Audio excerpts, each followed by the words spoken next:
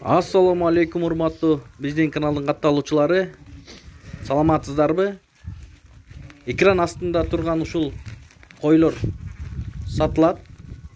Баары 72 баш, 26 баш төлдөгөн, 46 баш эми туйт. Бооз койлор. 2 тиш, 4 тиш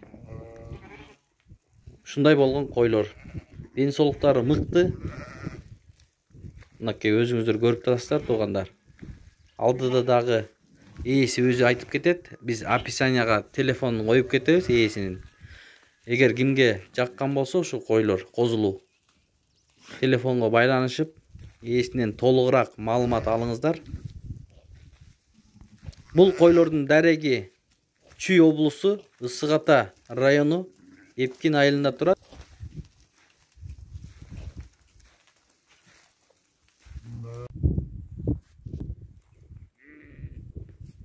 Ассаламу алейкум, туугандар.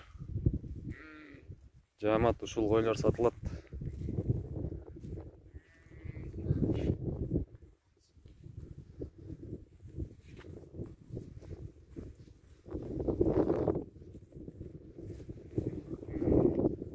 Койлордон 26 баш кой козусу менен калган койлор 46 баш бооз койлор туй турган.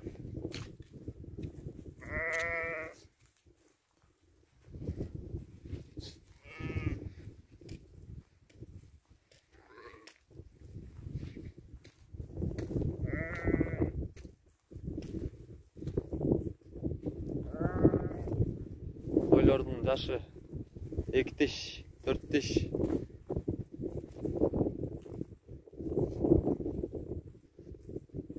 Андан картан койлор жок. Баардыгы жаш козулар, койлор.